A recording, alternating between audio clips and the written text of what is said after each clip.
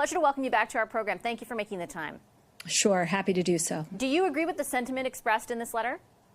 By and large, the position of the United States is pretty clear. And by the United States, I mean the Biden administration. We certainly salute all of the efforts that Canada has undertaken here across the alliance, particularly in its support to Ukraine. But I will say on the Wales Investment Pledge, which was the moment when allies came together 10 years ago to commit to spend 2% of their GDP on defense by 2024, we were hoping that if allies couldn't meet that target, they would have a plan in place to get to 2% within the next few years. We were pleased to see that Canada is making a pledge to get to 1.7 by the end of the decade.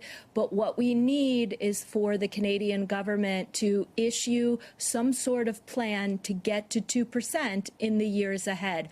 Every member of this alliance is either already at 2%, about 2/3 of the alliance are going to hit that target by the summit in July, or they have a plan to get to 2% in 3 to 5 years. And so we want a situation where we can announce at the summit that every member of the alliance has a plan to get there if they're not there already. Has it ever been conveyed to you behind the scenes that Canada does not plan to ever do that? Or have there been specifics attached, perhaps behind the scenes, in conveying to you of the fact that it might happen?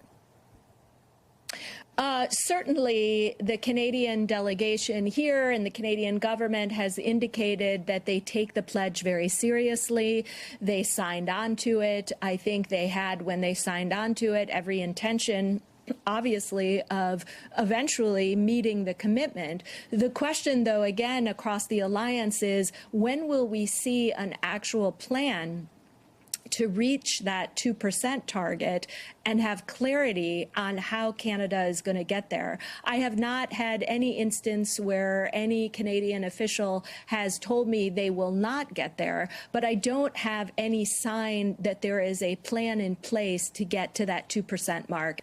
I wanted to ask you a question that may be obvious to you, but not to all our viewers. And that is, look, Canada has plotted this chart now, of definitely an increase in defense spending, historically speaking, in this country at 1.7. Why does the extra 0.3 matter so much to NATO?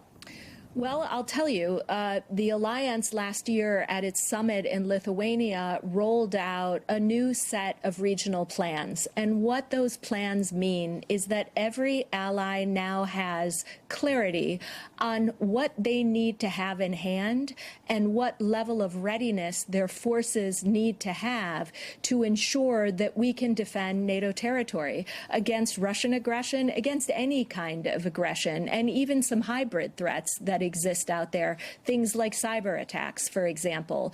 So in order to realize those regional plans and execute them as they are designed, we have calculated that we need every member of the alliance to do its fair share. We need every ally to spend the 2% of their own GDP and invest in their own national defense, because those investments pay dividends for the alliance in enhancing our deterrence and defense. And I do want to acknowledge that Canada has made significant increases over the last couple of years, and we are deeply appreciative of those increases, particularly because they are challenging in the current political climate that we all find ourselves in. There are competing priorities, no doubt. But given the state of the global security environment, the challenges and the very real threats that the alliance faces today, the threats stemming from Russia and, again, other corners around the world, it is imperative that every member meet the 2% pledge. And I would note that last year at the summit, we said that 2% should be seen as a floor, not a ceiling. You made some references to the threat that Russia poses, of course, and what's happening in Ukraine. I think the response from the federal government would be along the lines of, on a per capita basis, Canada is one of the largest contributors to aid writ large for Ukraine, that we are leading the NATO mission in Latvia, and that our presence there is set to increase substantially. Like that Canada is very aware of the threat that you describe and has offered, in their view, I think, a disproportionate number and amount of aid in order to address that threat. Is that argument not salient? Well, look, Canada has provided critical assistance, humanitarian, economic, security assistance to our friends in Ukraine. And like I said at the very top, we do salute those efforts. But every member of the alliance is providing critical assistance to Ukraine. It's a collective effort.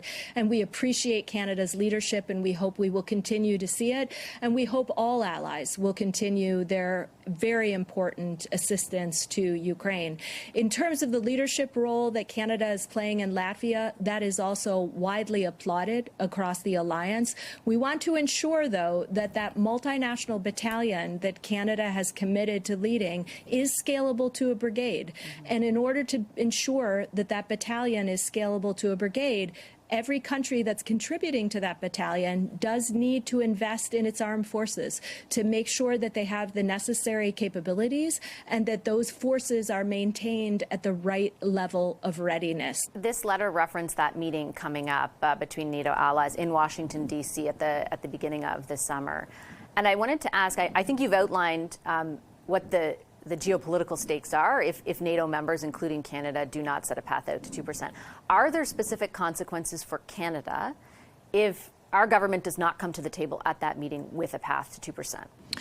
Well, ultimately, it affects the way in which we're messaging burden sharing across the alliance. It would be wonderful to come to the summit in July and have all 32 heads of state announce that we now have a situation where 20 or say 22 allies have met the 2% pledge, and that every member of the alliance has a plan to get to 2% in the next few years. That would be the best message to any sort of potential aggressor, or certainly to Moscow, to be able to relay that message.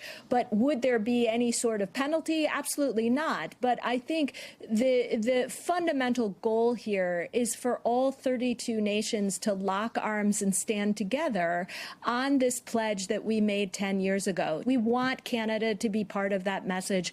We want to have Canada there locking arms with us, making that commitment to the 2%. Ambassador, I'll leave it on that note. I appreciate your time today, as always. Thank you. Thank you.